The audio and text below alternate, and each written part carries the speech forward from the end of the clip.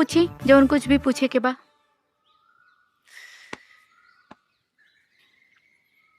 What is your name? हम पूछा था नहीं तोहर नाम का है? निचवा तो बताओनी है। हम भुला गई नी और फिर से तोहके बतावे में कोनो दिक्कत बा का?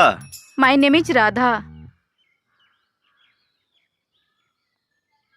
रौरो इंग्लिश कमजोरे बा का? हमार नाम राधा है।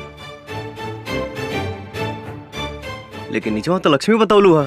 तो जब मालूमे रहे तो काहे पूछा तरा? लड़का कह रही भी है कह रही।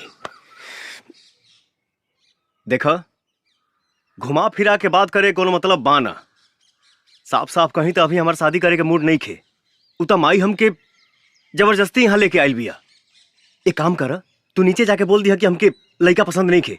थैंक यू भैया। भैया वो का है ना कि हमार पहले ही से एगो चक्कर बा। बस बस बस, तू तो हमार काम में आसान कर दिलू बहिन। चला। लक्ष्मी के पापा साच कही तो ई जोड़ी